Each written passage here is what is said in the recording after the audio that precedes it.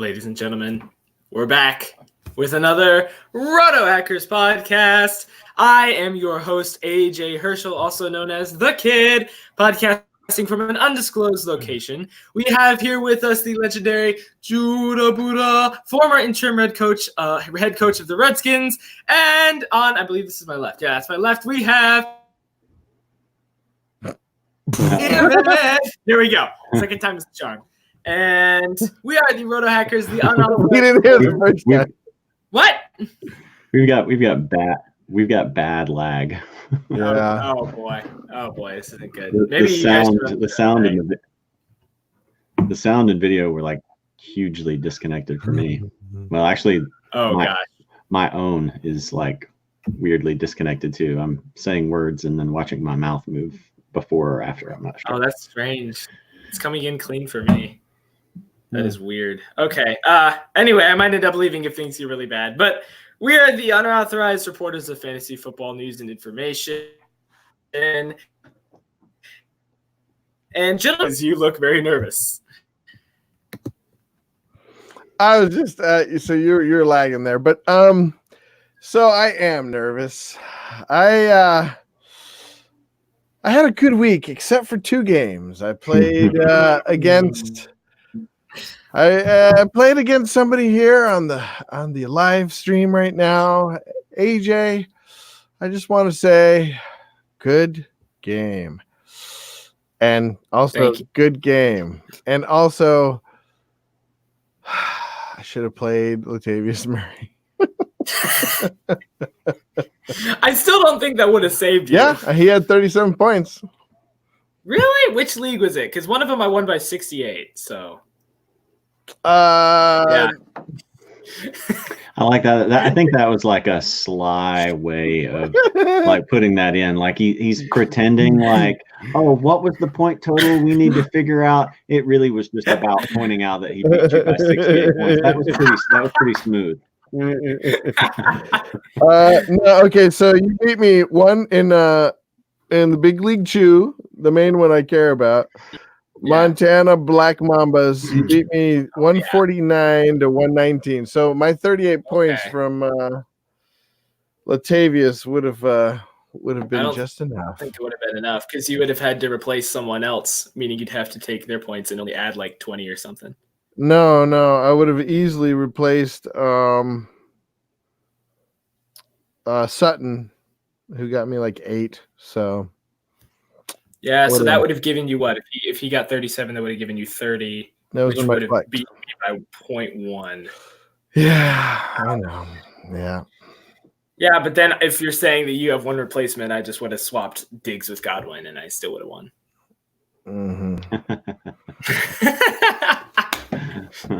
So we know how your week went. How did yours go, Jared? The hunt for 17-0 continues. No, 17-0 is not happening. I had my one shot at it, and it's still going. It's though. Still good. Yeah. Oh, I know, but it's not happening. So I've had back-to-back weeks of actually just like basically right at 500, actually a little bit below 500 because I've gone 8 and 9, but it's actually not been really bad because I had such a good start to the season that if you get a couple of games out in front of 500, then if you go kind of 500, then you're kind of okay. I mean, like 8 and 6 gives you a shot to get in the playoffs. Won't always get you in. Usually 9 and 5 is kind of what you want to aim for. But I think so. Like, let's see, 12 of my 17 teams are 5 and 3 or better. Nice. So those are all looking pretty good. I've got a couple of those 4 and 4 ones that are, I think, in pretty good shape too. They've got pretty soft schedules down the stretch. I mean, not only as a team against the guys I'm playing against, but my players have some pretty soft schedules. So I think I've got a shot with those. So a couple of leagues are just, they're circling the drain, but I think I've still got a kind of a shot to maybe get 12 or 13 of my 17 in, which I'll take all day. So yeah, that's good. So right now, like, this is kind of the week that I'm, because I think the trade deadline is next Friday, and the trade deadline for fantasy or trade deadline for fantasy? The trade deadline for NFL, of course, was today, but the trade deadline for fantasy is, I think, next Friday and or Saturday, Friday or Saturday. And so I'm like really like kind of looking at my teams to figure out like, okay, what do I need here for this stretch run of like, if I feel pretty solid about the playoffs, then I'm like aiming for, maybe get a guy who can help me in that first round of the playoffs. Or if I think it's borderline, if they're even going to get in, then I'm, going for some guys that can, help me in the stretch run. So, yeah. How about you, AJ? We'll get that 17-0 at some point. Well, I have already said my 2 wins over Judah Buddha, but I might not have been 17-0, but I went 7-0 this week. And so that was nice. Oh. So nice. So nice that he's just frozen. He wanted to freeze in time to experience that, savor that moment forever. No, you're good. Should we come? Uh-oh. Okay, let's see that. I'm just gonna talk and see if that works better. What if you share your screen with something like a image or something? I'll try something else. I'll try something else a little bit later. Okay. But anyway, as of right now, I'll just do this. Anyway, yeah, it's not a video problem. It's okay. It's the whole thing. Yeah, it's not just that it's not just that they're not synced up. It's like the audio is like freezing and dipping out. Where are you? Where are you? Yeah, I feel like you're on like the far end of your house away from the Wi-Fi or something. He may be in. I don't know. I'm supposedly this Wi-Fi is supposed to be pretty good. So, yeah, I'm gonna dip for now and see if I can get things figured out. So, all right, I'll take it over. You're in charge of the show. All right. Hopefully you can come back. Yeah. AJ Herschel. So he had 7-0. He whooped me, and it was I think it was a good week though. It was a good week for all of us. You said you had that one league where you got over the hump to where you've got more points. You've got like over 1,000 points, right? I've got almost 1,200 points. It's crazy. Yeah, crazy. It's great, and yet I'm in like third place at 5-3 because my wins have all been like scoring 180 points, and this is half point PPR, not full. So my wins I've all been just like 180 points, but then I've lost some where I've scored like 115 or something, and then the other guys have had pretty good games. So I really needed that win because now the guy who's in 5th place, there's a couple of teams like a game behind me, like in 5th and 6th. But you kind of think of it in terms of like, okay, there's 6 games left. And so like, how can I hold on, and what would they have to do to, leapfrog me? And so, like since I'm a game ahead, but I have I'm 300 points ahead of them in the points tiebreaker. So they're not catching me in points 6 games in points wise. So if I go 3-3, if they went 4-2, if I went 3-3 the rest of the way and they went 4-2, I would still win based on the tiebreaker. So basically, if I just split my games, it would force one of them to go 5-1, which is that's hard. It's a hard order, especially when you've started the season 4-4 or whatever. So yeah, I'm feeling pretty good. Feeling pretty good about that one. That's my 250 league. I only played one 250 league, but like if I can get second place in that, then that takes up a lot of that wins back a lot of my buy-in on leagues. And then, my other leagues can kind of, hopefully go towards profit. So that's an important league. That's good. Okay. Well, hopefully we can pass on some of that wisdom to the masses, all 29 people that may or may not watch, including my mom. Hi, Mom. Okay, so in the news, a lot of trades. Not a lot of big trades, but there wasn't a lot of big trades. You're right. There was some rumors of trades. Mm-hmm. You and I were texting back and forth, and we saw that notification that perhaps Le'Veon Bell would be traded. Now, why do you think they would why would the Jets try to trade Le'Veon Bell? What's the thinking behind that? So we'll never really know the true story, but the last thing I saw with that was that they didn't actively shop him, but there were teams who saw, who saw like, oh, there's a fire sale. Leonard Williams is being traded. Jamal Adams might be traded. Robbie Anderson might be traded, and basically wanted to see if he was available. So we'll never really know if that's true or if they did try to shop him and just couldn't get what they wanted for him. But yeah, we just won't know. I mean, I have to say, like, I just traded for Bell in one league. I traded a couple. That was that league I couldn't get rid of tight ends. I traded a couple tight ends for him, and I don't know. I guess I'm having a little bit of buyer's remorse, especially after this last week. I watched that game, and that offensive line, dude. Yeah, it can't hold back anybody. And on top of that, Sam Darnold has an injury to his left thumb. Right. Yeah, I've traded for Bell in a couple of leagues. A few leagues actually, but they're all of my ones where it's already like looking, iffy whether or not I'm gonna make it in the first place. But like I said, if I've got teams that are on the fringe, if I've got teams that I'm pretty confident about getting in, then I don't worry as much about the rest of the regular season fantasy schedule. I start aiming for like, okay, what's your week 15 matchup? But if I don't think I'm going to be able to get there in the first place, then I'm looking for the guys who have the best regular season schedule the rest of the way. And so I've tried to trade for Le'Veon Bell, Josh Jacobs, Leonard Fournette where I can.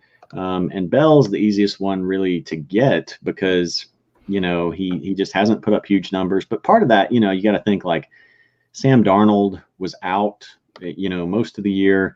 And I know he didn't, I know he was back and he didn't do well against Jacksonville. But, first two games of the year, Buffalo and Cleveland, he put up 20 and 15. And so then, most of those games since then have been without Darnold, except for they played New England, who, just completely destroyed Sam Darnold. And then Jacksonville is like Jekyll or Hyde. Like once in a while they can play like that old defense that they used to be, and then sometimes they don't. But the reason I'm trading for Le'Veon Bell is look at this schedule. Miami, the Giants, the Redskins, the Raiders, the Bengals, the Dolphins again. Like that's just but look at how well the Dolphins did on defense last night against a bad team. But I'm not sure that the Jets aren't a terrible team, right? But look at what James Conner still got against them. James Conner still got 22.5 points. So I just at this point in the season, if you give me a talented player plus a soft schedule, week to week, like that's and that's a lot of the thing for me is like, if you need a bunch of wins, like you need a guy that, if you see like a couple of really tough games on the schedule that he's not going to be able to deliver, like you may need those wins that week. So, again, it for me, it's teams that are already on the fringe. I don't feel like I have anything to lose with it. And so I'm all in on him on those teams because I don't feel like I have anything to lose. All right. Well, that's a good way to look at it. The other big trade was the trading Talib.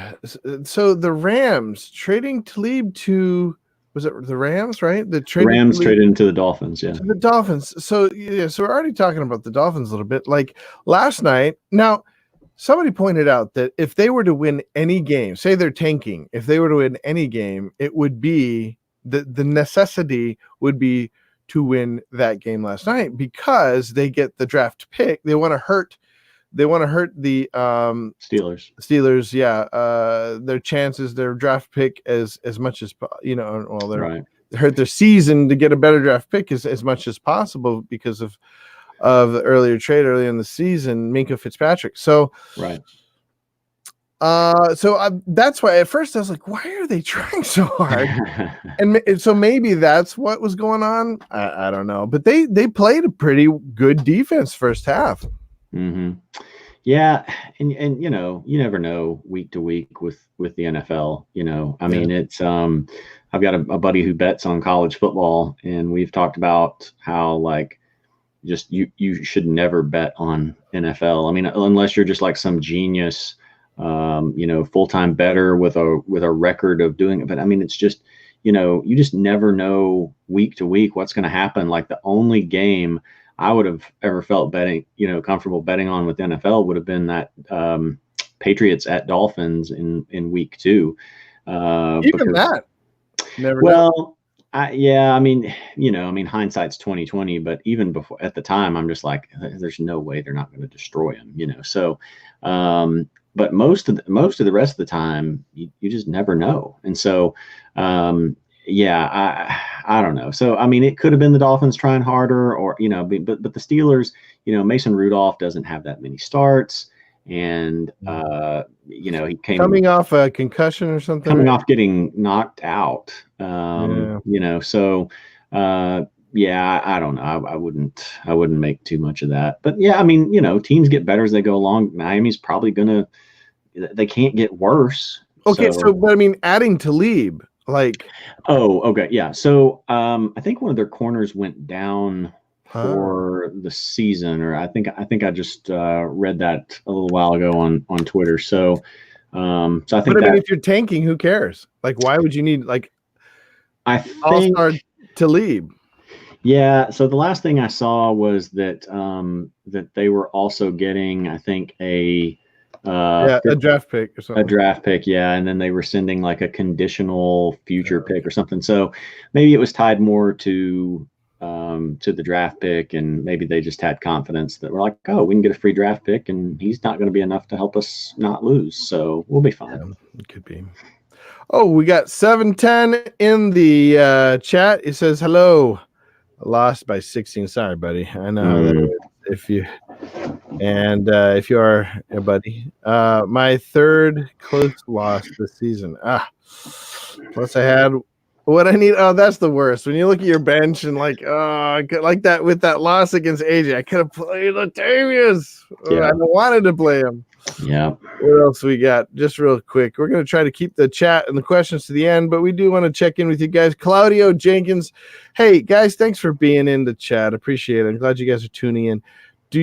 Feel free to give it a like. Give the video a like. Do you think, you know? Okay, so we're gonna come back to the questions in a little bit. Hold on to that question. We'll be right back. We just want to cover a little bit more about the news. Was there anything that you found to be particularly fantasy pertinent in the trades and the news? I have things I want to talk about. I want to check with you a little bit. Yeah, so a couple of running backs, basically like the Cardinals running back situation and the Steelers running back situations. So the Cardinals running back situation is just a full-blown mess. They have a horrible schedule for the next several games of like San Francisco twice and a bye and New Orleans, and I think they have a decent game mixed in there, but like it's just a rough schedule. David Johnson is hurt. Chase Edmonds is hurt. They just traded for Kenyon Drake. Did you have any? So looking at that schedule, thinking about the situation, do you have any desire to pick up? Kenyon Drake is on the waiver wire in like 20% of leagues. Yeah. So I picked him up in, I think, like a third of my leagues over the weekend when they left him in Miami because I'm like, oh, he's going to get traded. Let's see where he's going to get traded. And then it's like, oh, he got traded to Arizona. Well, that's not particularly appealing.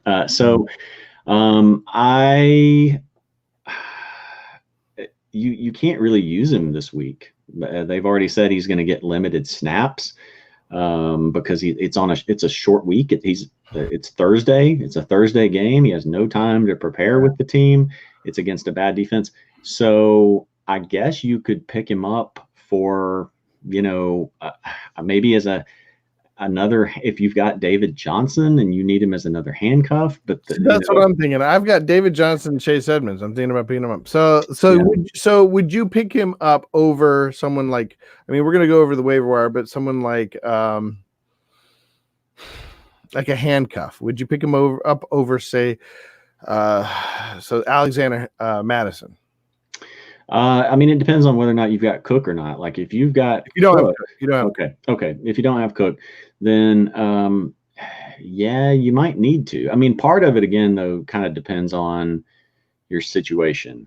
Like I always say, like if you're 6-2, or better, then maybe you don't need to grab Kenyon Drake too. I mean, you're in pretty good shape. It's not a lock that you're going to make the playoffs, but you're in pretty good shape. And so maybe you hold on to Madison and aim high.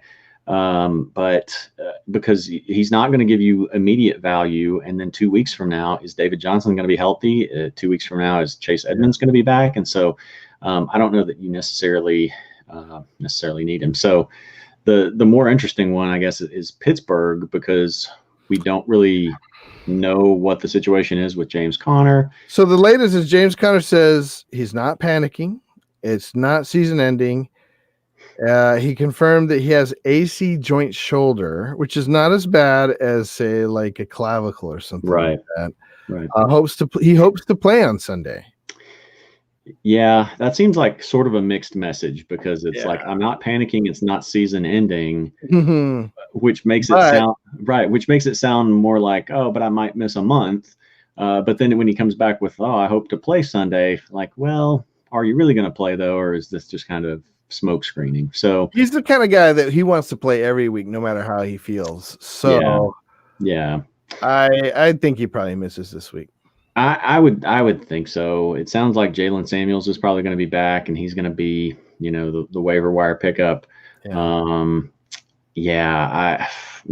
got Conner in 4 leagues, including our league. Of course, in that one, like he could just sit out until the playoffs, and it's not really going to make a difference for me. But I do have a team or two that could use him. So.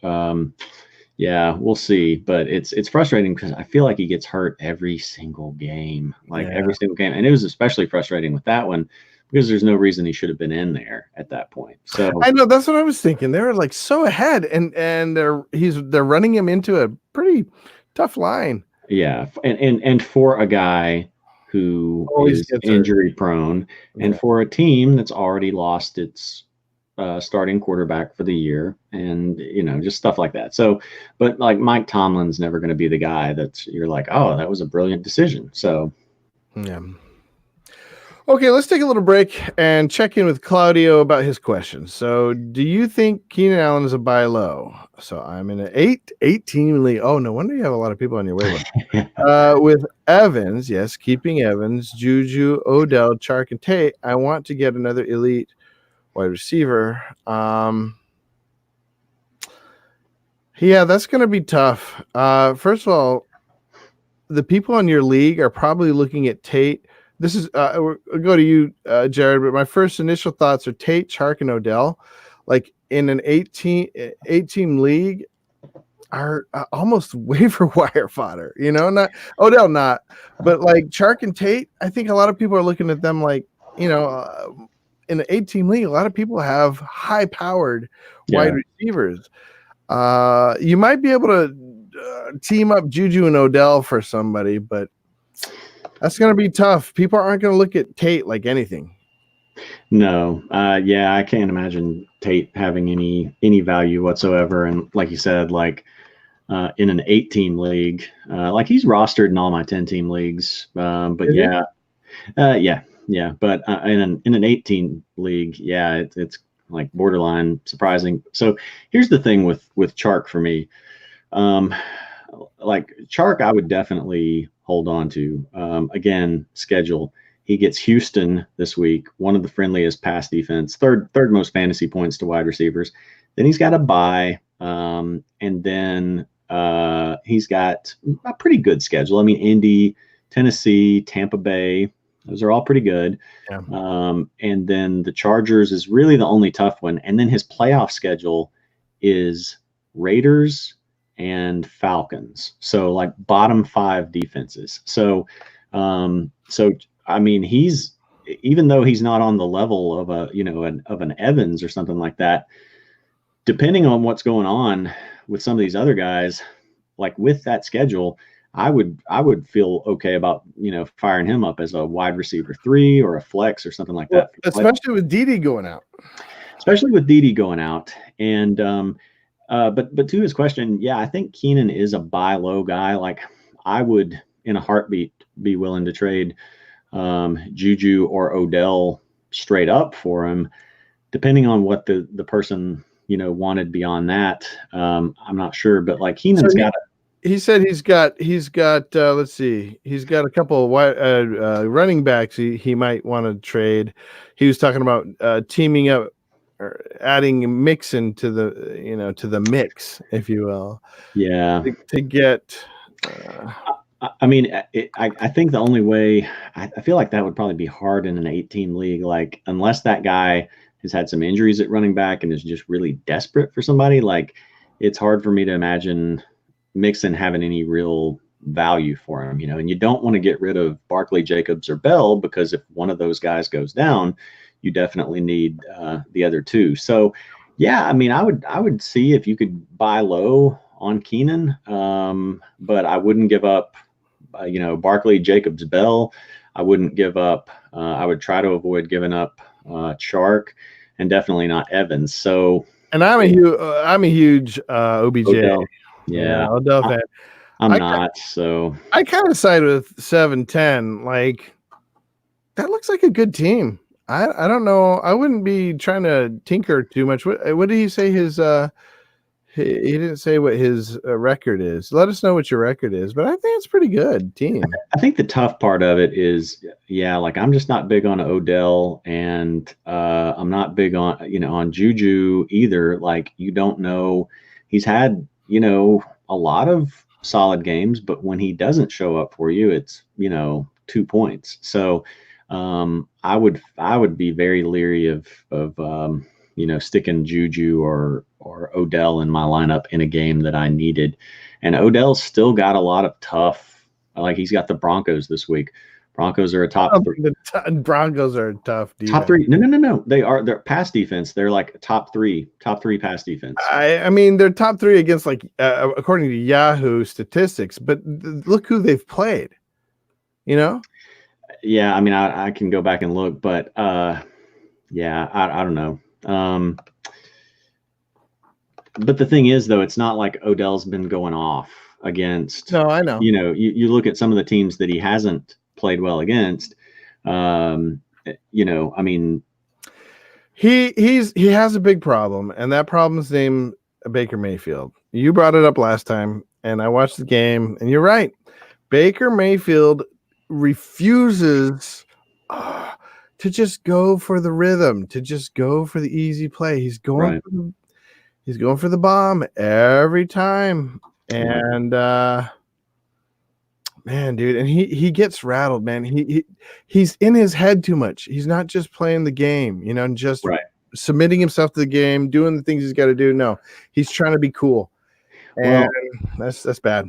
Yeah, the O-line's bad. And did you see this was one of the funniest plays that I've seen. Everybody's talking about it. Okay, yeah, where they went out to punt, and then they took the false start, and then it drove them back, and then it became like 4th and 16. Oh no, I didn't see it. I thought you were talking. Are you going to talk about the pitch? Oh no! It wasn't that. It was like later in the game. There wasn't much time left, and they really needed to go for it, and so then they sent out the punt unit, and you're like, well, why are they sending out the punt unit? And then they got a false or delay a game, false start. No, I think it was a false start. Yeah. Then it pushed them from like 4th and 11 to 4th and 16, and then they sent the offense back out. And then Kitchens then said or implied or something like that they had intentionally taken the false start penalty to send the offense back on the field for 4th and 16. What? Oh man.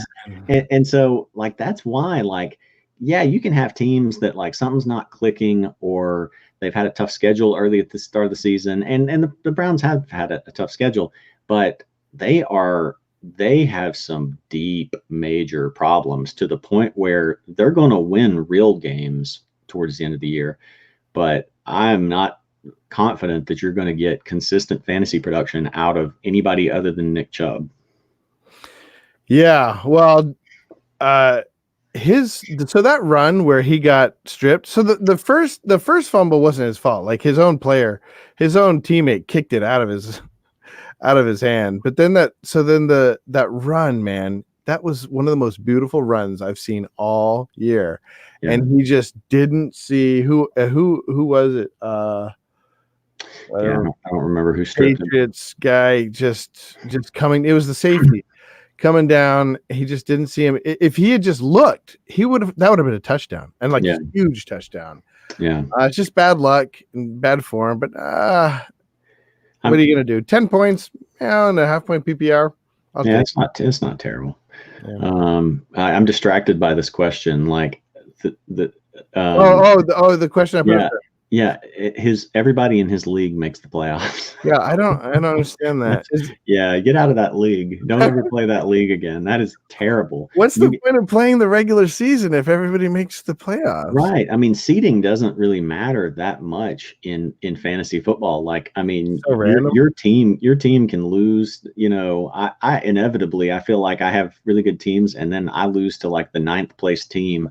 A lot of times I'll be like my first loss or something like that. It's just, and so how frustrating to like get to the playoffs. And if it's a 8-team league, like then you just lose to the 8th, your season never meant anything. You didn't get a bye, or well, maybe you get buys in there. I don't know. But, that would just be, no, don't play that league. That's awful, but it's still, I don't know. Like, part of me thinks it might be fun, but then if everybody makes it, no, it's not fun.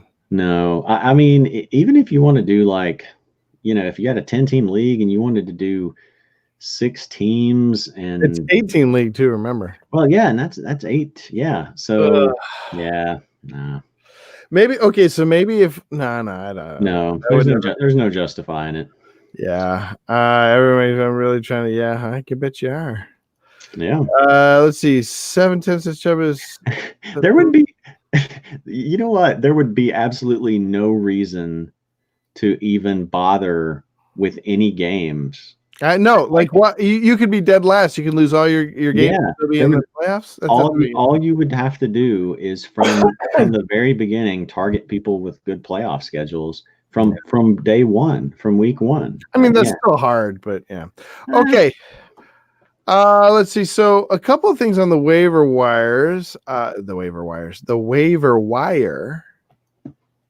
I wanted to talk about. So a couple of things that I wrote in here. So you already brought it up. Jaylen Samuels, obviously going to be the number 1, I think, pickup. Or I don't know, but I don't know what you think. But I think he should be, if he is on your waiver wire. I would spend a good 20 fab on him. And I would use my number 1 waiver wire. My number 1, what is it? What do you call it? The priority. Waiver priority. What do you think?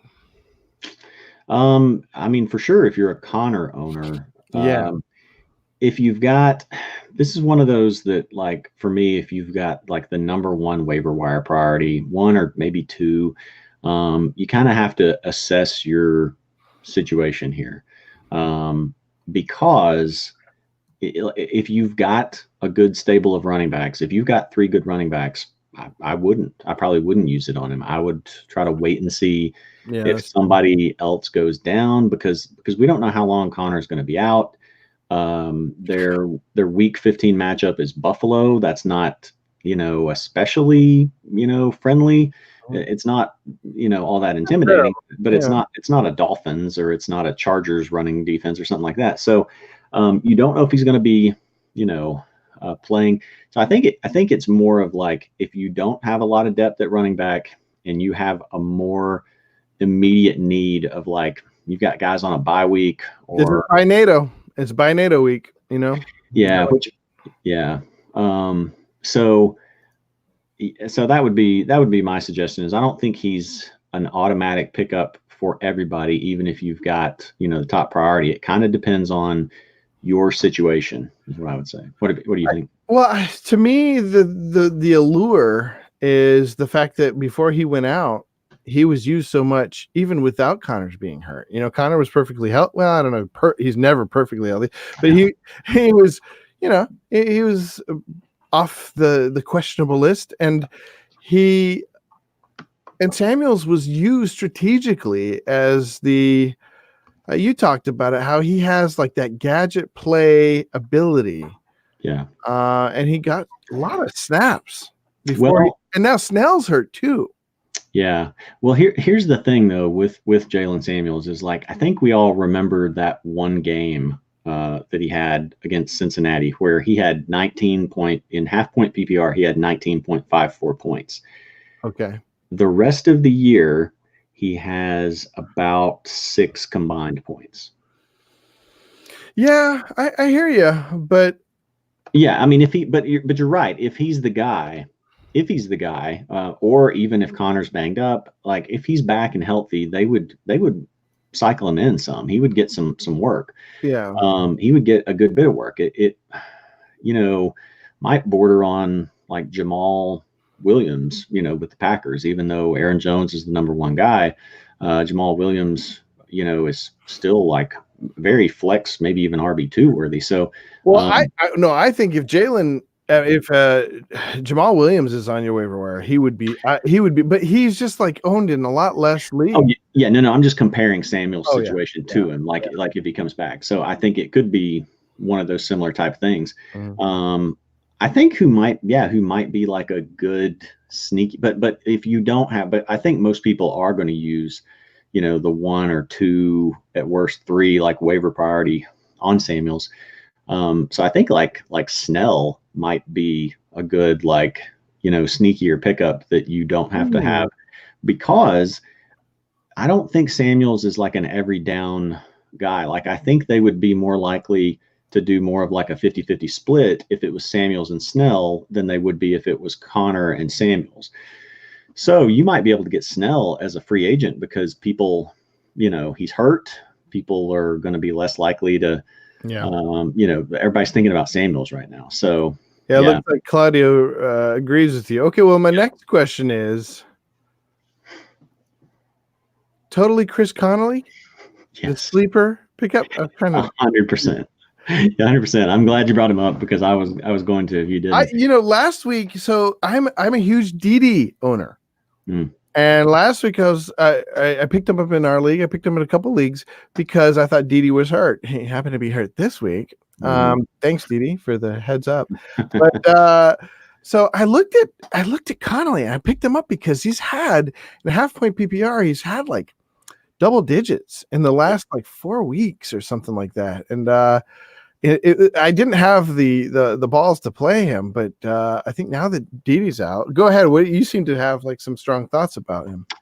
Well, I mean, I don't think it's going to be anything different from what you're kind of saying there, but like that was the big thing, was Dede Westbrook going down because really with him in there, it becomes the receiver situation in Jacksonville gets kind of a little bit muddled, but really more to the fact that that Chark and Westbrook had kind of established themselves as sort of the guys, and so Conley up until he had a big week 1, 18.7 points, solid week 2, still five targets, 4 receptions, 73 yards, didn't quite crack double digits.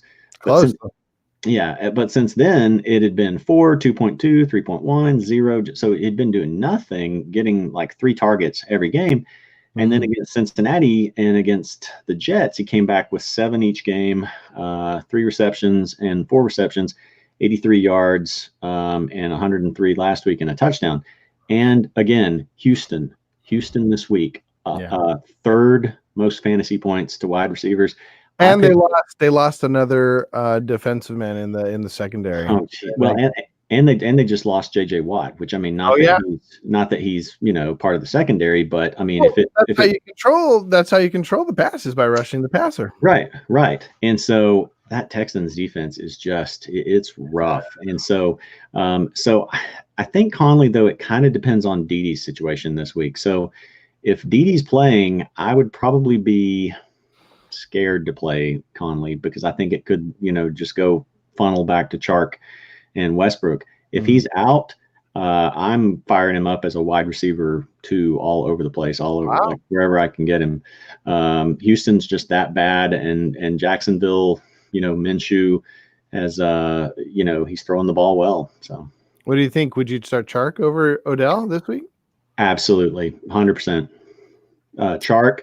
Chark against the Houston Texans or Odell, like bottom three defense, or Odell against the Broncos, top 3 pass defense. And he hasn't been doing much. That's 100% Chark for me.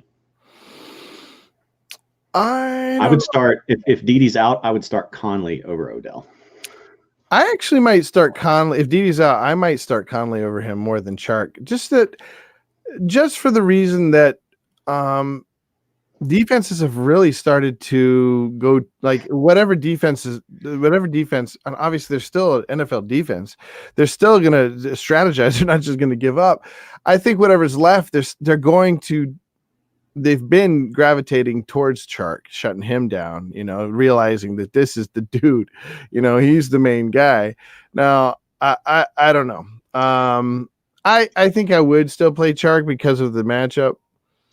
Yeah, and I've seen him. I've gotten to see him a couple of times in the games that he's done well, and he's making good catches. Like he's not just he's making contested catches. He's he's really, really doing well. It's not a fluky sort of thing. So no, and some people that I respect, like not these movie star celebrities, analysts, but like who we won't name. Some more under the radar guys that I respect say they are seeing stuff in him that they're getting the sort of feeling that they did when Julio, was a rookie. Wow. So they're saying that, he's not got the same kind of ability, but he has close. And he has the stature. Oh, so Claudio says, well, then what about Minshew? If we're talking about all these receivers catching all these balls, Minshew or Kyle Allen? Or Josh Allen. Oh, I guess he means I hope he means Josh Allen. Josh Allen does have a good they're playing Washington, so that should be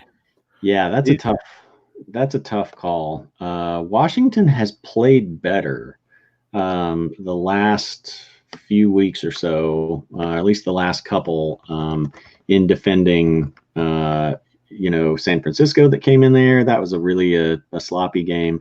Last week, the Vikings did all of their damage on the ground. So Washington has looked a little bit better. It's a 4-point pass per pass TD. So that's tough because Josh Allen gives you that that run ability too. Yeah, that's what I would probably go more for. Well, so does Minshew. Minshew's sneaky good with the run, man. Well, and here's the thing with Minshew, like I'm in pretty good shape in my leagues. I've got Dak in a lot of leagues. I've got Lamar Jackson in a couple. The main thing is I picked up Matt Stafford for that last week. That game. Good. That was good. Yeah, the Giants, and so he turned in nearly 25 points. But Minshew's available in, let's see, okay, Minshew's available in about 2/3 of my leagues, and last 3 weeks, he's had 21 points or more. Or I'm sorry, last 4 weeks, he's had 21 points or more in 4 out of 5 or 3 out of 4 games. I'll give you that's 4 point per touchdown.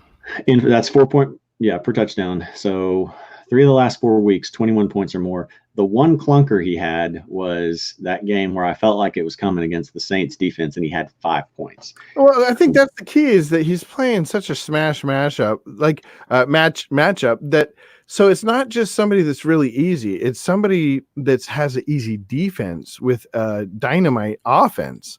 Yeah. So it's not going to be like a pushover. It's going to be a boat race, just like I thought it was going to be last week with the Texans. He said, well, would it be smart to play Minshew and Chark to get kind of the stack going, the correlation play? Right. I think that may be a good play. Yeah, I think I'm a little bit more inclined to play Minshew, even though I think Josh Allen has maybe like a little bit higher ceiling because he could run for 100 yards and run, really could, yeah, and run 2 touchdowns in, and then throw for like 75 and another touchdown. But with Minshew, like you said, I mean, it's going to be Houston.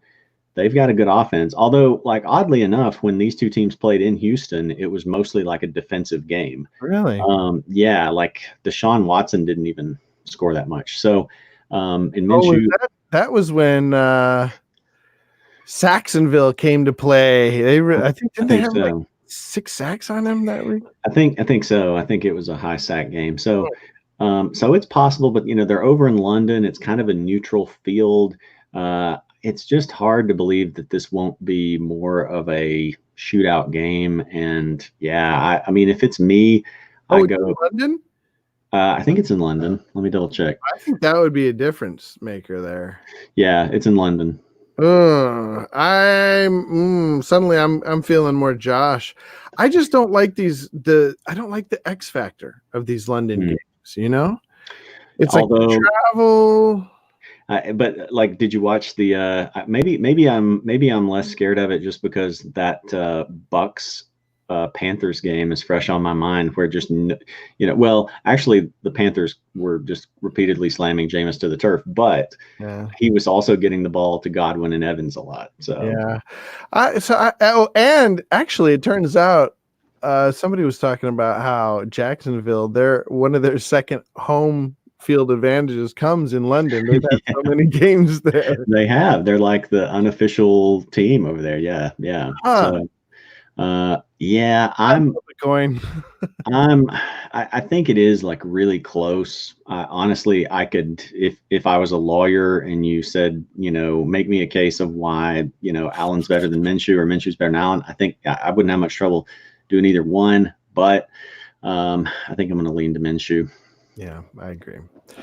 Okay, so getting back to the waiver wire, let's just hit a couple points here. Nyheim Hines, could he be the blind spot pickup of the week? I think it feels like everybody should be on Mac. Like Mac just looks like he's going to be. I think he's really going to do well. He's been doing well. But I noticed that Nyheim Hines was getting. I thought he got like about 20 snaps, maybe. He had or at least 20% of the snaps or something like that. And this could be something where he is the handcuff to Mac. And at this point, I'm looking for handcuffs, and that's what I want to talk about next is handcuffs. But is handcuff a sneaky? I mean, handcuff is Nyheim Hines a sneaky handcuff that nobody's really talking about? Not for me. No? Not for me. No. If as a Colts fan, so I keep up with them. That's why I bring it up with you. Yeah. So Mac, Mac's not a great receiving back, but. When he's healthy and he's in there, they, pretty well just try to feed him the ball unless they really fall behind. If he's out, then it kind of goes to Jordan Wilkins and Hines some. They wouldn't have a ton of appeal for me. Even if Mac went down, Hines is still going to be more the passing down back, and Jordan Wilkins is going to be in on games like, say Mac gets injured against Pittsburgh, then they've got Miami coming up. They're still going to try to hammer Wilkins in that one. You think so? They would, yeah. Okay. So, but it really just kind of goes according to game script. And so, Hines has, 7.5 points has been his ceiling this year. I think, Mac has played every game. So Wilkins really hasn't had that much of an opportunity. But yeah, I just, to me, Hines is down the list of handcuffs. Okay. The other thing I wanted to talk about, let's get back to the banners over here, is when we talk about handcuffs, who is your primary handcuff? Who is the guy that you feel like you want him on your bench next week? If say all the top running backs go down. This is something I revisit every now and then. If all the running backs go down, top running backs go down next week, who's the handcuff you want? For me, it would be a tough choice between Gallman and Madison. Gallman, being the backup to Saquon Barkley, and Madison being the backup to Dalvin Cook. Because the Madison, honestly, like if something happened to Dalvin Cook, I think Madison would step in and produce almost the same numbers. Yeah. And they've got the Chargers defense in the first round of the fantasy playoffs. And I even said last week, like, play David Montgomery. And that was after Montgomery got 2 carries against the other team. You did. And I'm like, play him. It's the Chargers. They cannot stop the run at all. And he ran for like 125 yards and a touchdown. I think he ran for more in that one game than he had combined the rest of the year. So he ran more in that game than he had his whole life. Yeah. Yeah. So that's how bad the Chargers run defense is. And so Madison, he would be a good one. But the one advantage there to Gallman is like both of his fantasy playoff matchups are so good, Dolphins and Redskins. So I guess I would lean Madison a little bit just because he's shown like that the Vikings offense just doesn't skip a beat with him. But, Gallman, that game that he got in, he did well too. So those two would be at the top of my list. And then right below that would be probably Pollard and Latavius Murray. That's what 710 says. Lat Murray is a handcuff king. Yeah, I mean, yeah, he's great too. They and the Saints get the Colts. Saints get the Colts in the playoffs, so that's not quite as friendly, but it's still pretty good.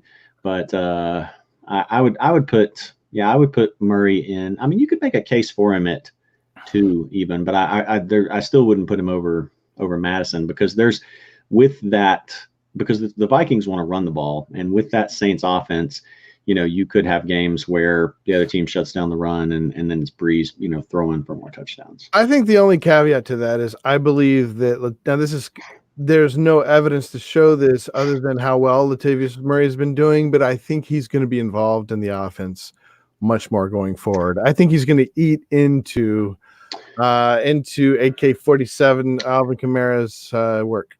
Well, I mean, at that point, though, he's not even really a handcuff anymore. It's like, it's like with Aaron Jones and Jamaal Williams, like they're not even really like Jamaal Williams is not even really a handcuff. He's kind of a standalone guy. So, maybe that's it. I mean, I think, to a certain extent, like Murray may not even be a handcuff. He may just be a guy you could play. But earlier in the season when they were both there, Murray wasn't getting as many touches, and we've talked about like when the Saints get in the red zone, they like to do a lot of crazy things with Taysom Hill. So I know Latavius has had 2 huge games, but I would still be a little bit, leery of expecting that, kind of thing the rest of the way. What interests me is, to me, Latavius Murray is a better version of Henry, and you like Henry, but you refuse to like Latavius Murray. What's going on with that?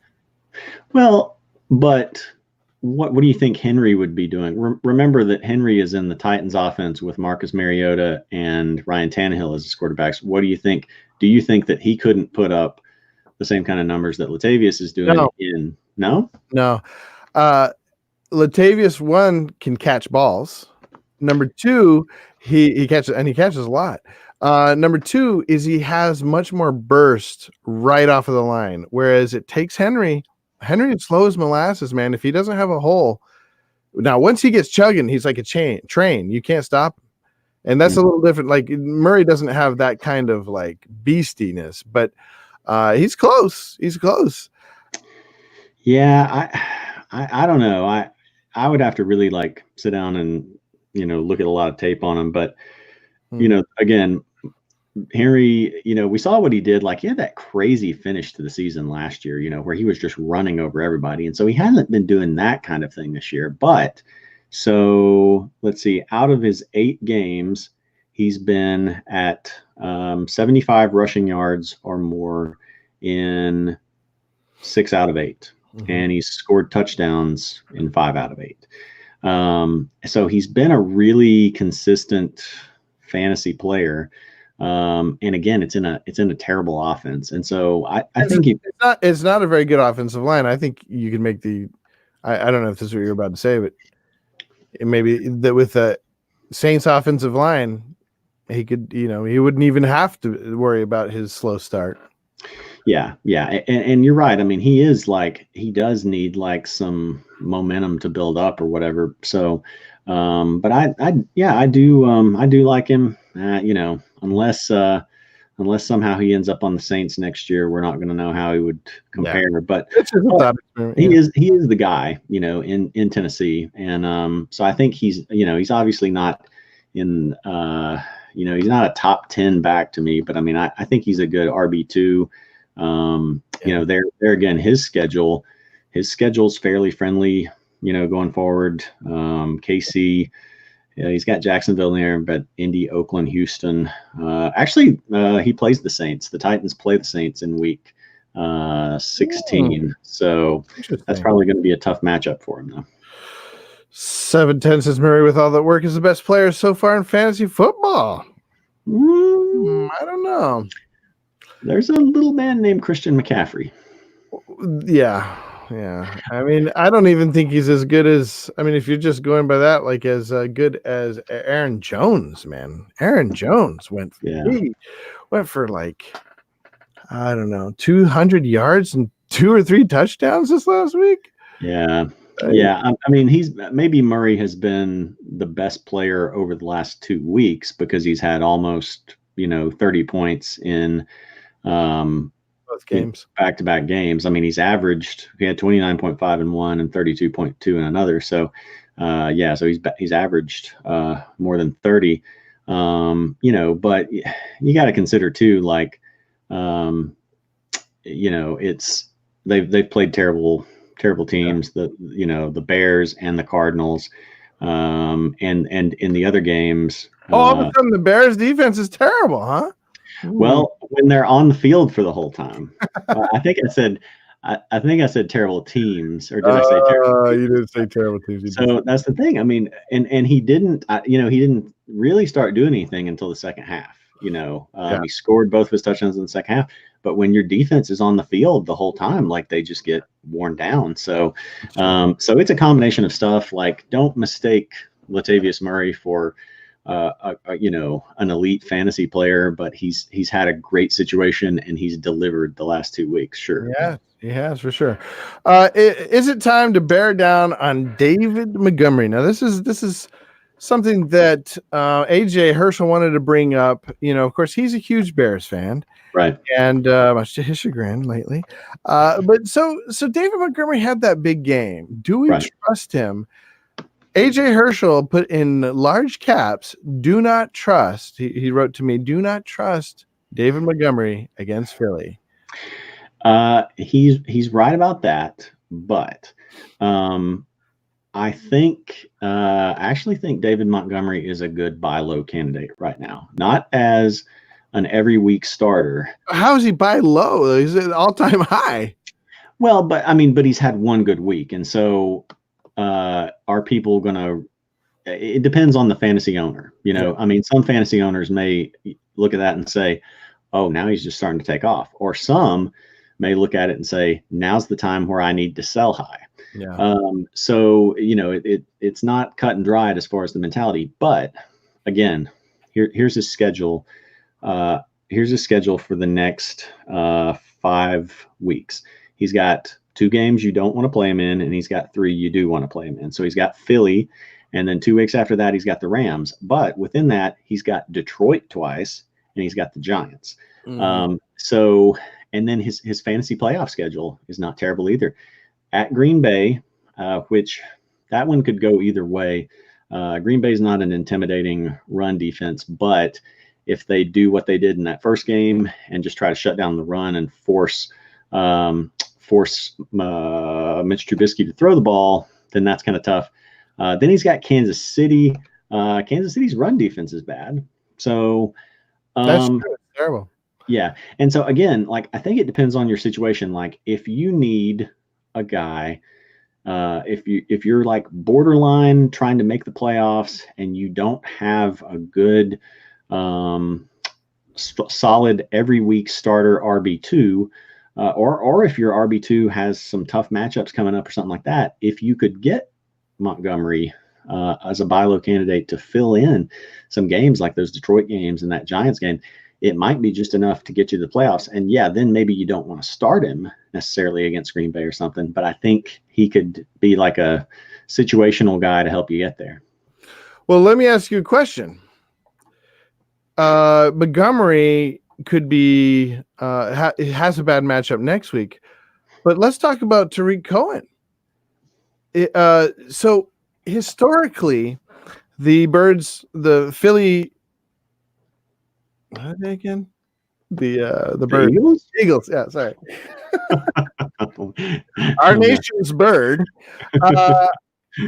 So historically, the Eagles have been very good against the run defense, but have been vulnerable against the against pass rushers. So against little scat backs, running backs that catch these short passes. They've been extremely vulnerable. So Tariq Cohen, somebody comes in and catches some balls in the short field. What do you think? Would this be? He's on a lot more waiver wires than like somebody like Latavius Murray, or even definitely way more than Montgomery. So maybe this is somebody we should target for the waiver wire. Only if he's going to throw himself the ball. All right, explain that. So let's keep in mind here that the reason that David Montgomery did well has nothing to do really with Mitch Trubisky. The way that Tariq Cohen would have to do well would have to do with Mitch Trubisky. And I don't trust Mitch Trubisky to make a 5-yard throw much more than I trust him to make a 25-yard throw. Okay. Theoretically, you're right. Theoretically, this should be a situation where the Bears do little dump off screen passes. However, Cohen's ceiling has been 8.8 points this year. He has yet to eclipse. He's eclipsed 11 rushing yards. He got 18 that time. And then I'll have to look and see what his receiving ceiling is. It's probably solid in a couple of those games. But, if you're desperate, if you're really desperate, then yeah, he's probably going to get a touchdown or two at some point this season. And in a game where they maybe have to throw, they really should have to throw, maybe that's it. But, so even his receiving ceiling hasn't been. It's been a little better lately, right?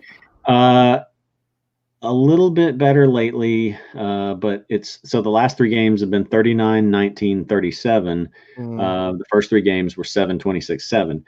And so against New Orleans, he had 12 targets and he caught 9 for 19 yards. So you would have to be really desperate. It would have to be a deep league. And you would have to have some buys, and there's just nothing else available. And then you cross your fingers and hope that this is the game where he gets like 50 yards and his one of his 2 touchdowns for the season or something like that. Don't bet on it though. AJ Herschel chimes in and says Cohen is incredible, But the Bears offense is kind of to your point, is depressing and only averaging 27 yards per drive. Cohen is just in a dysfunctional offense. Pretty much what you're saying. Yep. So you guys agree. I still think Cohen could be a nice little speculative pickup if you're, like you said, if you're in a shallow and if you're in a deep league. Let's see. No more questions. Just some comments in the comment section. Seven Ted said CMC had some bad games, but I do think CMC with all the work is amazing. Yeah. Oh yeah. He's the number one. Like he is the number one fantasy player this year. Better than any quarterback. Better than. I mean, he's just maybe not as good as the Patriots defense, but he's up there. Yeah, I mean, he's had one bad game against Tampa. Week 2, Tampa managed to shut him down. And then sneaky run defense there, man. I mean, they're not even sneaky anymore. They're good run defense. They do. Yeah, they have a sneaky run defense. Well, like you said, it's not, but you just don't expect any part of that. It's sneaky in the sense that you don't expect any part of that defense to be good. Right. But then in the fantasy playoffs, they play two teams that, like the Lions and the Texans that don't really run the ball that much. So it doesn't really affect playoff running backs. But yeah, CMC 5 out of 7 weeks has been at 26 points or more. And I gotta plug my battery in here. Yeah, so he's been about as consistent as they come. Let's see. Back to Keenan Allen. This is a banner by AJ Herschel using some of his punny craft. How Keenan are we on Allen? So we talked a little bit about how you would go out and trade for him. I'm very worried about him. I've seen Keenan Allen disappear. Now, granted, it was like his sophomore year, but he is prone to injury. He's not somebody who is like. So he's not. So like Thomas. Thomas is somebody I would just feel no reservations about. Right. Because he's done amazing, Mm-hmm. Keenan Allen is somebody who can disappear, I think, mainly because the team itself is really struggling right now. Yeah. So I think one thing that I feel good about is that they just fired their offensive coordinator, Ken Whisenhunt. I mean, is it going to get worse? Well, the problem, I just don't think it was his fault. I think he was a scapegoat. True. Yeah, I mean, that could get worse. Maybe maybe he was holding them back, and that's why the coach wanted, maybe the coach is like, I want more Gordon, Possibly. I mean, you don't know for sure, but it's a combination of stuff. Like their offensive line's not good. Melvin Gordon showed up and they're trying to feed him the ball. Mike Williams hasn't really developed into the number 2 wide receiver that they need him to be. I think it's just all, Phillip Rivers is just every year his skills aren't increasing. He's at an age where his skills are going to start to decline. He's not Tom Brady that just, stays steady the whole time. So, yeah, there's some stuff to worry about. Like I wouldn't go out and trade a ton for Keenan Allen, and they've got the Vikings in the first week of the playoffs. That's not, a terribly friendly matchup. I would, again, for me, like the way I would do it is if you have a desperate need at receiver and you can't get someone better, because like, part of the thing is like I'm making trades in some leagues at this point because I need to do something and I need to take a shot, but the guys that I really want, like I can't get.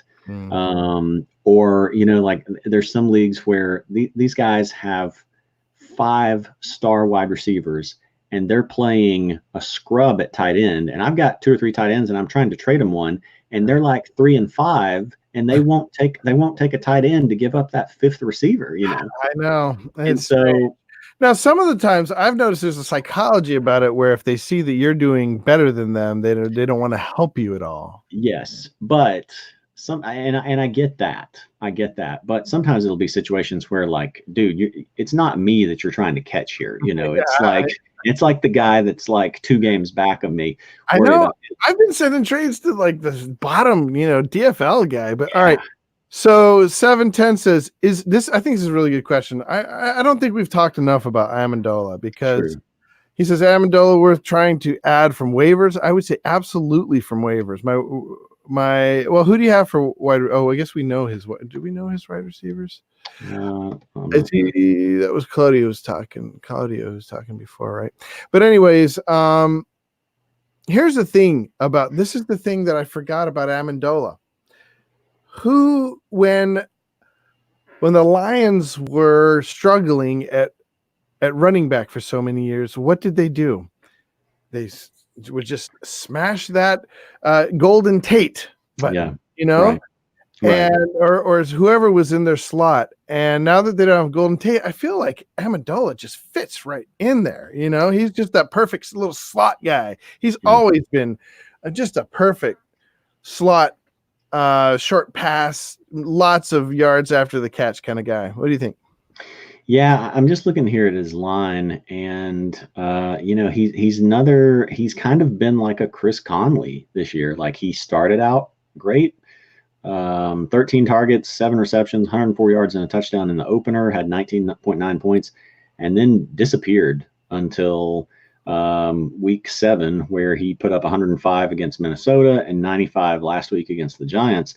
But like mixed in there, week 2 against the Chargers, 1 target, 0 receptions. Week 6 against the Packers, 1 target, 1 reception. I would have to go back and see, like, did he get hurt in those games? Did he get knocked out? Or did they really just go away from him that much, which is kind of crazy to think that, you're like a deep threat guy, you can see that happen with more, but like a slot receiver, you don't usually see that much variance in terms of volume. So, yeah, but I think the big difference is now they don't have their short pass guy in Kenyon. I don't know, in what's his name? Kerryon Johnson. Kerryon Johnson. Yeah. That's a good point. Like, this could be, and they didn't make a trade. The trade deadline has passed. So, this could be like the new normal going forward is he gets, a lot of balls.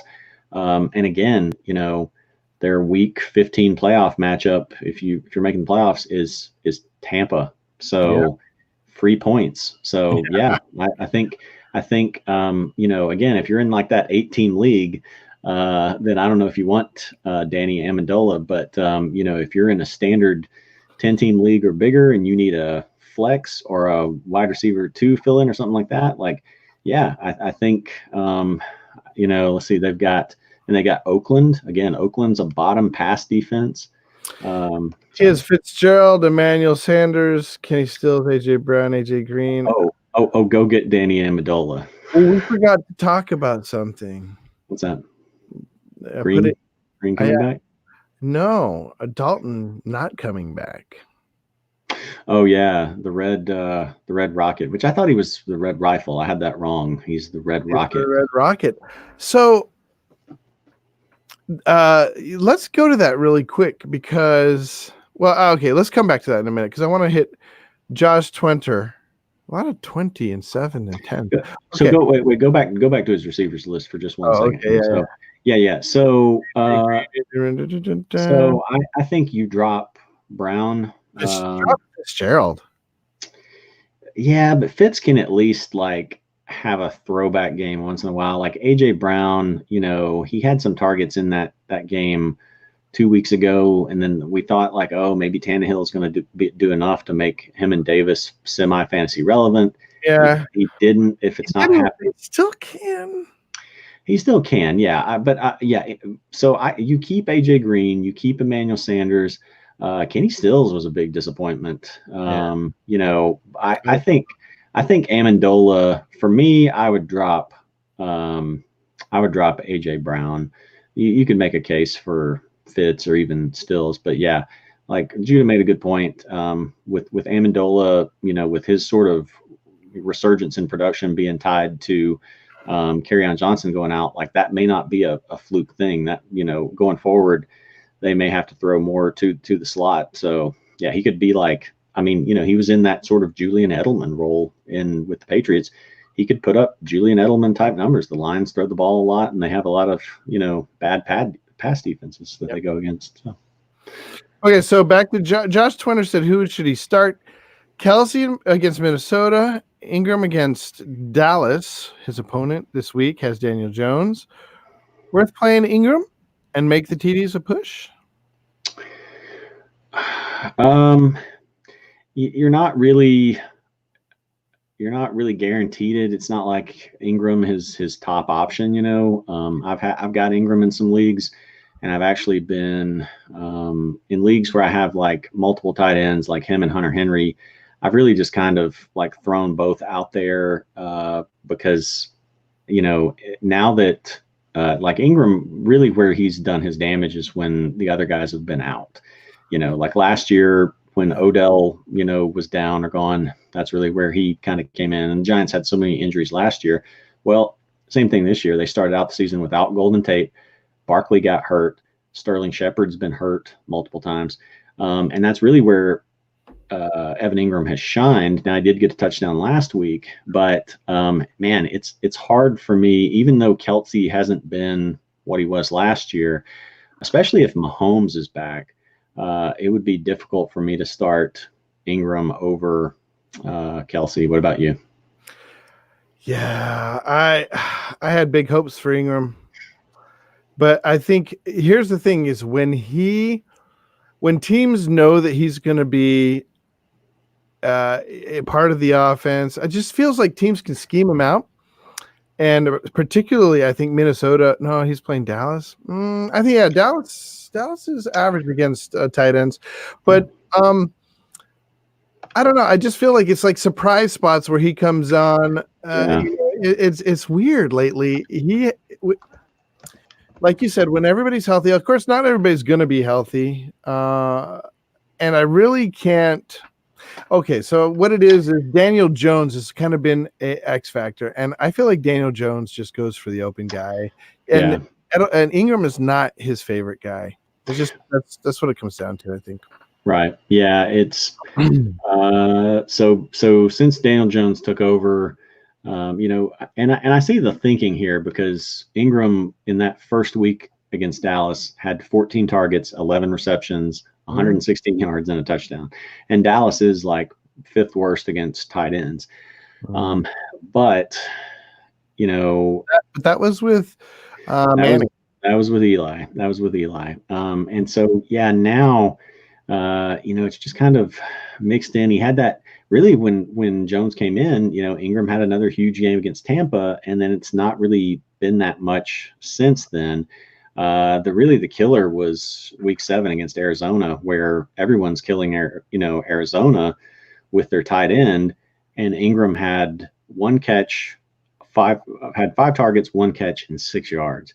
So I think with Daniel Jones, it's just not like if Eli was in there, I would actually feel, oddly enough, I'd probably feel better about Eli in terms of Evan Ingram's fantasy production. I just don't think you can I see what you're going for there, but I don't think you can really trust that. I'd have to go with Kelsey. You know what it is too is that I think sometimes, now this is just off the top of my head, but I think sometimes Jones will run it rather than dump it to his tight end, whereas Eli Manning never ran it. He'd rather go into fetal position or dump it to, he would check down. Yeah. I don't see Daniel Jones checking down much. He runs, he'll scramble. Right. Oh, so we've got Ryan is back in the chat. Hey, Ryan. What's up, Ryan? Good to see you, man. Glad you joined us. He says, I traded Sutton and DJ Moore for Eckler. I think that's a great trade. I think Sutton's going to struggle because the other thing we didn't talk about is that good old Joe not coming back next week. That's some kind of weird injury or something. Well, there's talk of him not coming back this season. Yeah, because and that's something that I'd talked about the last couple of weeks, even prior to the injury, because we knew Drew Lock was coming back, and the Broncos probably want to get a look at their, I think it was a 2nd round draft pick. because they're going to have a high draft pick again, and they are probably going to take a quarterback, but they'll want to take a look at him and see what they have in him in case he blows up and they don't need to use a pick on him. So because they got a lot of games left. I guess they saw what we saw, man. Joe Flacco looked pathetic out there. Yeah. I mean, everybody saw that. Yeah, in theory, like the Broncos shouldn't be that bad. They've got a great pass defense. They had a great young receiver in Sutton. Sanders. They've got two very solid running backs, but it wasn't just Flacco. It was more than Flacco. It's play calling and stuff too. Their run defense, weird. Play calling for that is weird. Yeah, and he called. I thought he was getting benched at first for calling him out because he basically said, they're too afraid to be aggressive. But so I don't know. It's a mess. But yeah, I don't think trading Sutton now is a bad idea at all. I'm trying to dump him in a bunch of leagues because I don't know what it's going to look like with Drew Lock or I guess this week it's going to be their third string quarterback or whatever. I don't know about Austin Eckler. I think he's going to be kind of a week to week situation where if the Chargers are behind, then he's going to give you some really good points. If it's games where they happen to be ahead, I don't know if there will be any of those, but you may be struggling for production out of him.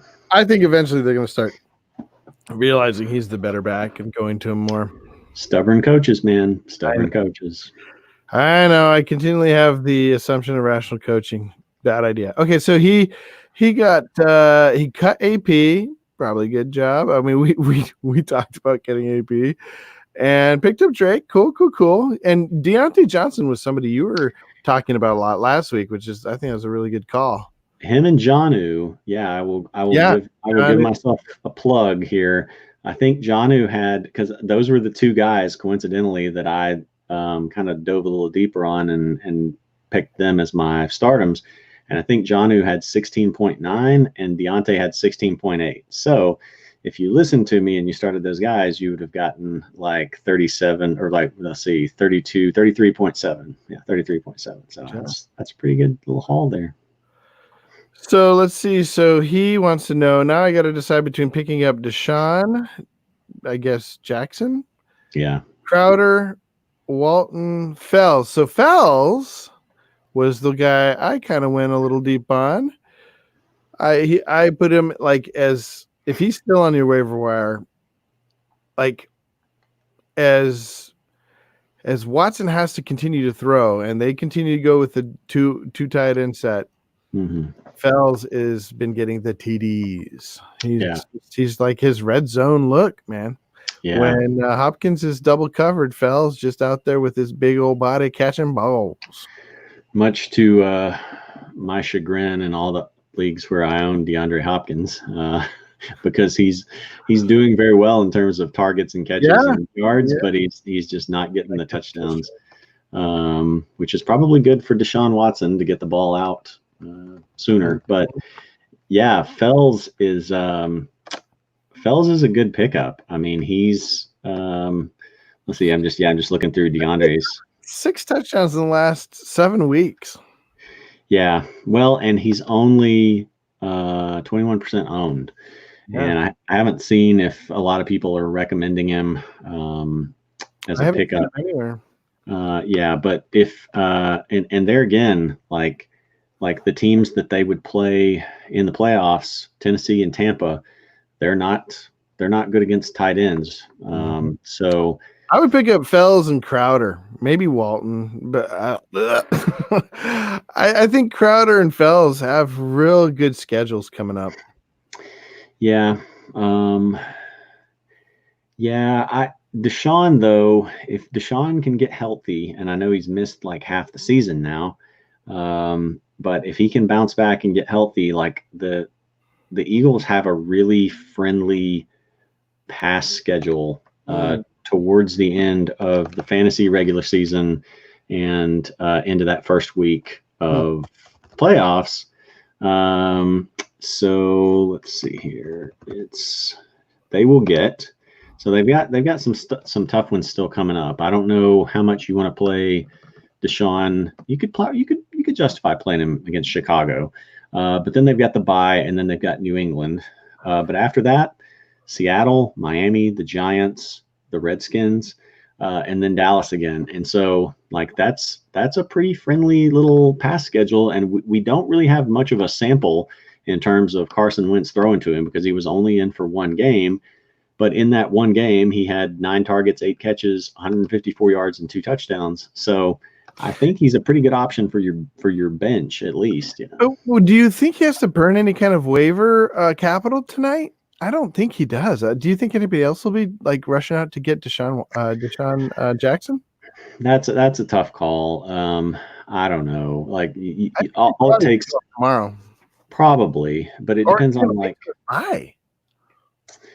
Yeah, the only scary part might be like is if he comes back and he has a big game. You know, I mean, it's just calculated risk. It's how much do you need him, and you know, you take the risk on if just one guy decides they need him, and you know, they put in a waiver claim. So it depends on how much you need him. You know. Good point. Okay, well, Ryan, he's on fire. Only time I would use Fells is a week 12 filler for Henry. Only guy I'd use otherwise is above is maybe Crowder week 10 if I decide to start him over Tyrell Williams during the buys. But I mean, this is what Waverwire is for. That like, don't get like one thing that I had to learn, and I'm still learning it, is that Waverwire isn't for recruiting your stars. It's for long shots and fillers. Yeah. So don't get too focused on it's what they're for. Fillers for Henry. That's a good I don't know, good reason to pick up. Yeah, and if you've only got one tight end, if it's Evan Ingram gets banged up a lot. If it's Hunter Henry gets banged up a lot.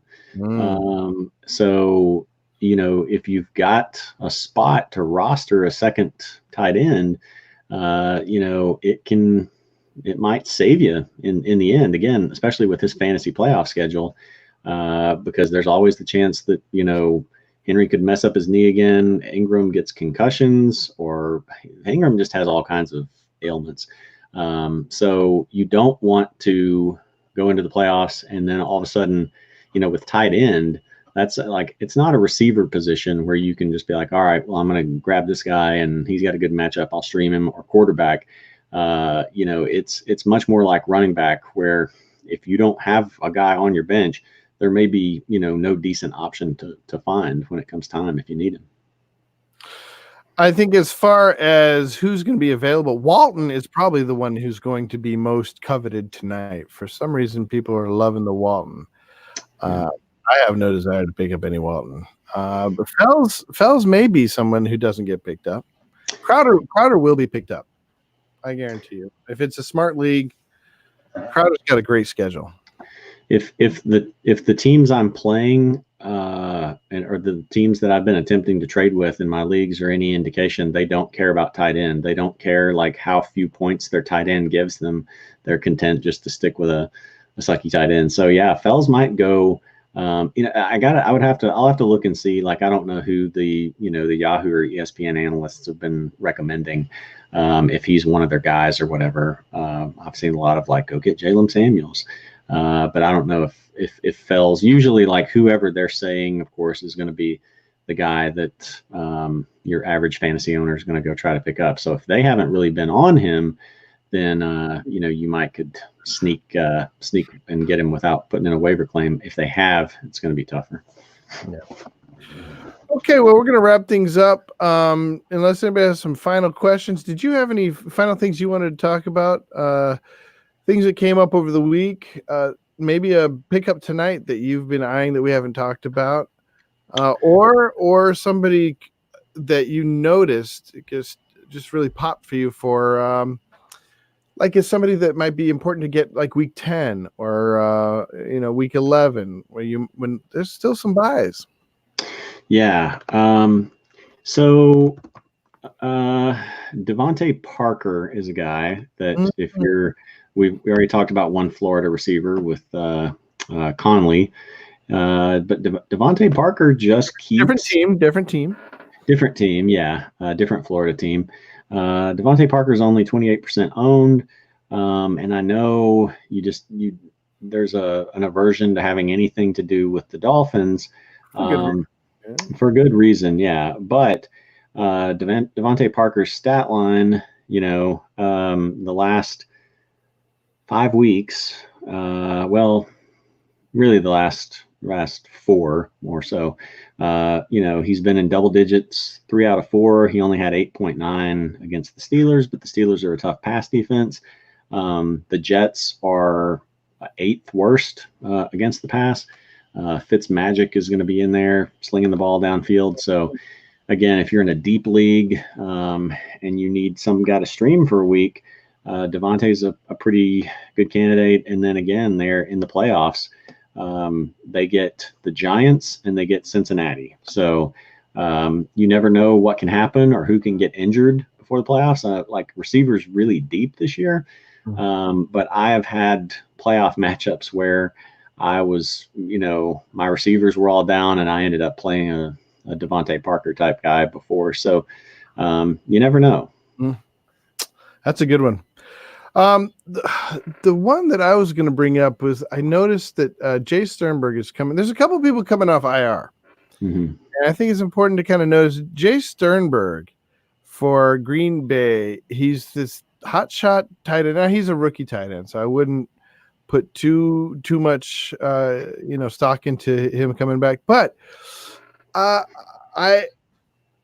do think he's somebody to watch, as I feel like as a Green Bay fan, watching Green Bay, they are going to need that little extra fresh blood, coming up soon. Yeah. Of course, we never know when Devontae Adams is going to come back. He might not. I'll be honest. They say he's going to be back. The thinking is he's going to be back this week. Yeah, this week. So we'll see. He hasn't even practiced yet. So we'll see. Yeah. So for Jay Sternberg, I remember watching some highlights on his college years, and it just feels to me like Jimmy Graham isn't really living up to the hype, whatever hype there was. They need that excellent tight end in there. Now I don't know if Jay Sternberg is going to be that, but something to watch. He may come in there as that tall, big target to hit with fresh blood, fresh, legs, as they say, down the stretch. Who can actually catch the ball rather than like basketball, like block it, like a blocked shot, like someone's trying to put the ball in the net and you go up and just reject it, like Jimmy Graham's been doing. I think the key there would probably be if Graham got injured, because they seem like weirdly committed to just throwing those block shot balls to Jimmy Graham. So yeah, but Aaron won't abide it too long. He's true. You don't want to get on his bad side, Right. No, he will excommunicate his family. He will excommunicate his tight end if he gets out of line. So yeah. Let's see. Can we talk really quick about kickers?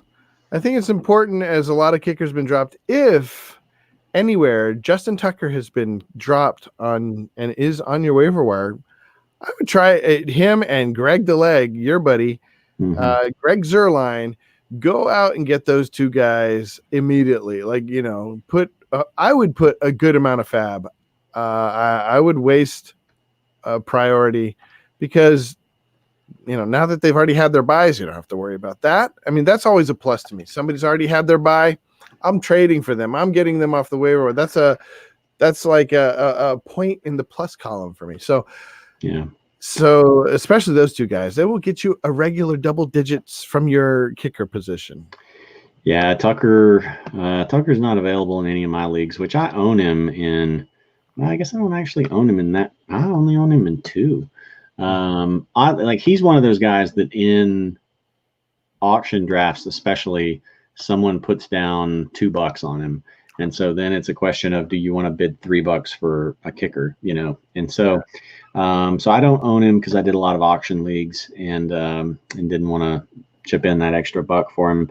But yeah, he's very good. The tough thing is for him, like coming off that bye, he's now got New England. So I don't know how much he's going to do for you this week because he has had a couple of, sort of down games where, he had back-to-back weeks where he only had 4 points against Kansas City and 6 points against Cleveland. So there's the potential there that they may feel like they need to, that they're not going to get in scoring distance that much. And when they do, they may need to go for touchdowns. I don't love him this week, but, going forward, he's always like a, top 3 option. And historically, the Ravens have always played Patriots tough, Yeah. So I don't know.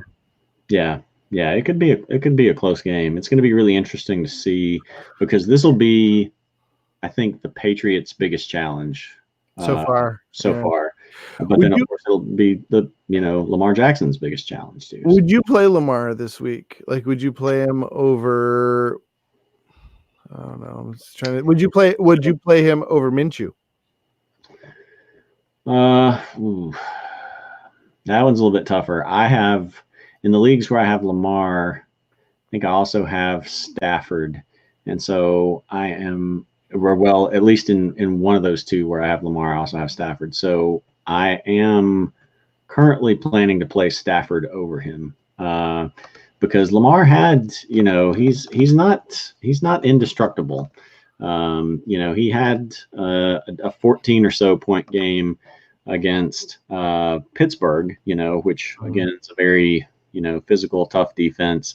They're going to be at home with this one. So if he was on the road, I would have no trouble really benching him. Mm-hmm. Yeah, at home it's a little bit tougher because there's a lot of unknown there. I don't really know how that's going to shake out, but he just hasn't.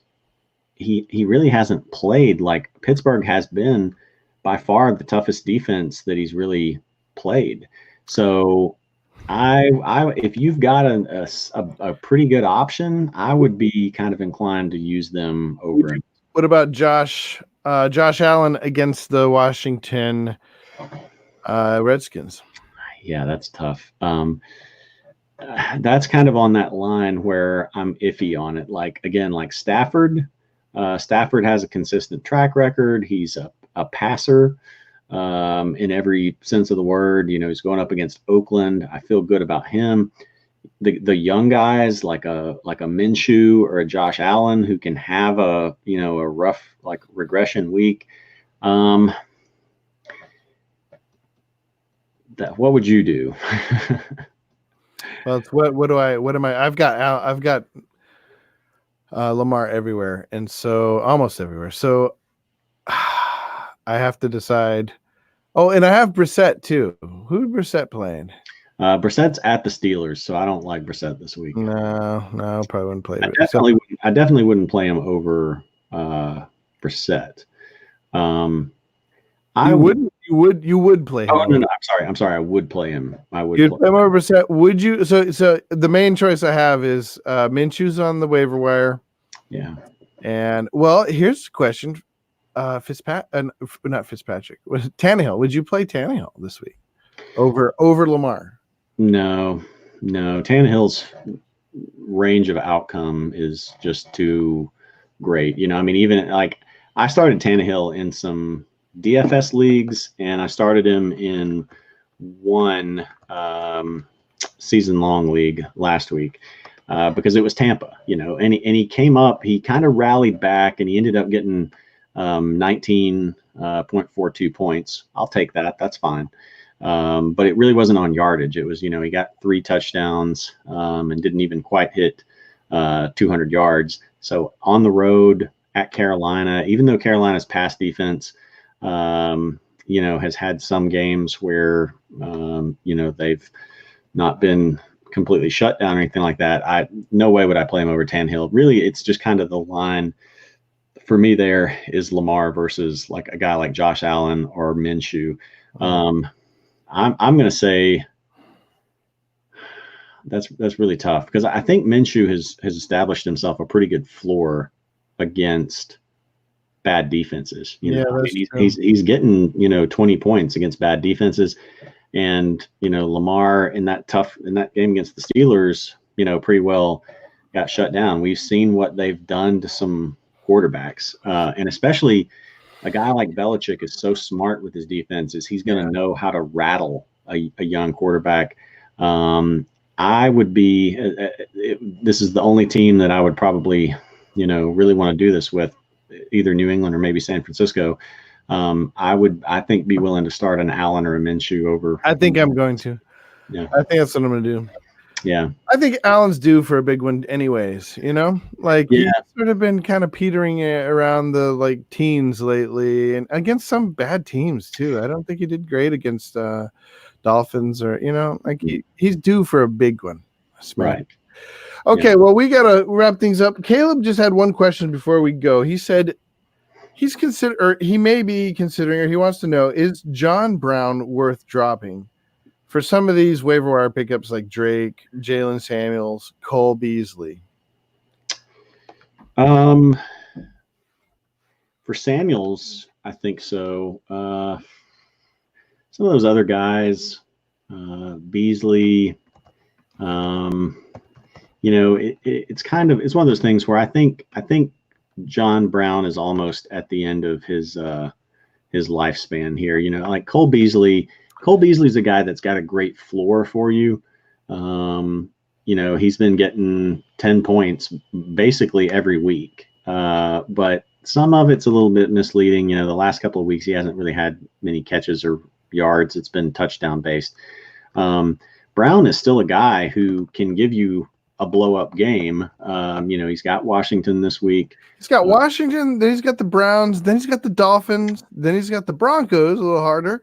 But then he's got Cowboys, and I'm sure. Yeah. Ravens. I guess it gets a little tough towards the end there. Yeah, and his fantasy matchups are the Steelers defense, that good secondary, and the Patriots. So that's why I say, I think he's getting towards the end of his life. I see what you're saying. Because he hasn't really, he's had 2 games where he's had more than 10.7 points. He's had a little bit of floor, but Josh Allen isn't the most accurate quarterback, and it's not like Brown is like the biggest, most physical receiver, and so it really depends on him throwing an accurate kind of deep ball to him. You can definitely, if you don't need him against Washington, then I think he's basically droppable because he's got Miami 2 weeks after that, but Cleveland, Denver, Dallas, Baltimore, Pittsburgh, New England. I don't want to start him really against any of those unless I'm desperate. So he may be somebody you could hold on to, wait for a big blow up game like that, because I think he has some name credibility with people. Like someone like me, he'd be a great little throw in. Be like, oh, John Brown, I'm thinking. I don't know if he has a big game, he could be some good trade bait. Oh, but trade deadline's coming up. Yeah, trade deadline unless he does it this week. Maybe hold him this week and see what happens. Yeah, I could see if you have a wide receiver need, I could say hold on to him through this week. If not, I think you can cut him because it's not a for sure thing that he blows up against Washington, even though they're bad. We thought we were going to get a big game out of him against Miami, and it just didn't happen. So to me, there's too many other options out there. A Deontay Johnson. Deontay Johnson is really being more consistent. So I'd have a hard time holding on to him if you don't need him. Okay, well, that wraps it up. Oh, I forgot. Poor old 710. My kicker and defense together only put up 7 last week. That's the reason I lost. Sometimes, I've got some leagues where I play on no defense and no kickers, and I just enjoy those better because you don't have to worry about some defense coming along and scoring 20 points on you. It's like the worst for me was I lost some in the playoffs last year because there were guys playing the Texans kicker against me, Fairburn, and he had a game against the Jets where he had, I think, 24 points for a kicker, and that was I was so mad. But I like kickers annoy me. Kickers annoy me more than defenses, because defenses, I feel like they have to earn those points. Like it's tough to get a defensive touchdown, and so even though I don't really like that, like they at least have to earn it, and you can be like, all right, I respect that. Kickers, though. Kickers succeed by having an offense that's just very mediocre and fails at the right time. Yeah. And they so just do their job too. Yeah. And they just do their job. And so kicker points annoy me more than anything else. Yeah. So I would not. I like defenses, but I would not be the least bit sad if Yahoo. And there is this debate. Between some of the analysts about whether or not we want kickers, and some do and some don't. It would not hurt my feelings at all if we got rid of kickers. I remember the only year I went for a while undefeated. I had the Chiefs defense and I had Greg the Leg, and both of them were getting me a consistent 20 points each every game. And I felt like I was on top of the world. And then all of a sudden they stopped getting, the matchups changed. And all of a sudden my team looked horrible, because I depended on them so much. It really is weird with kickers. And I say I hate them, but for the vast majority of the time I've benefited from them more than they've really hurt me. Like the Fairburn thing last year was really like a weird role reversal, because most years I've had a Tucker, I've had a Matt Bryant, who RIP Matt Bryant's career. He just got cut today by the Falcons. Oh, did he really? Oh, yeah. They signed Young Ho. Young Ho Koo or whatever. Yeah. So we'll see how long that lasts. But but like I had some guys like Tucker or Bryant or Robbie Gold or someone like that, where I had just done a pretty good job of, figuring out like, okay, which offenses are going to be just good enough to get in field goal range, but not score enough touchdowns. And those guys were, helping me win playoff matchups because they were delivering 15 points, So, it's not, I really don't hate them as much. 90% of the time I don't hate them, but that 10% of the time that they cost you a win, it's just like, kickers. All right, brother. Well, I got to wrap it up. I got to go. Any last thoughts? Anything occur to you before we go that we should tell the people? I think we're good for tonight. We'll maybe Saturday with the trade deadline coming up next Friday, we can have some. We can maybe talk a little bit more about trade targets. I've already talked a little bit on that, but maybe you and AJ can come up with, and we can discuss some. Let's come up with 5 trade targets each. Top, and we'll rank them. Yeah, I think that's good. All right. Well, until then, we'll see you on the waiver wire, and remember to be Zen, because fantasy football, even more than most of life, is impossible to control. That's right. And it's that time of year where you may start to hate fantasy football. I have moments where I'm just like, why do I play this? And then something good happens. And I remember like, oh yeah, this is right. But that's the addicting thing about it, dude. It's the like, and then, yeah. Yeah. Yeah, exactly. All right. Good luck on the waiver wire tonight. Yeah. All right, brother. Have a good night. You too.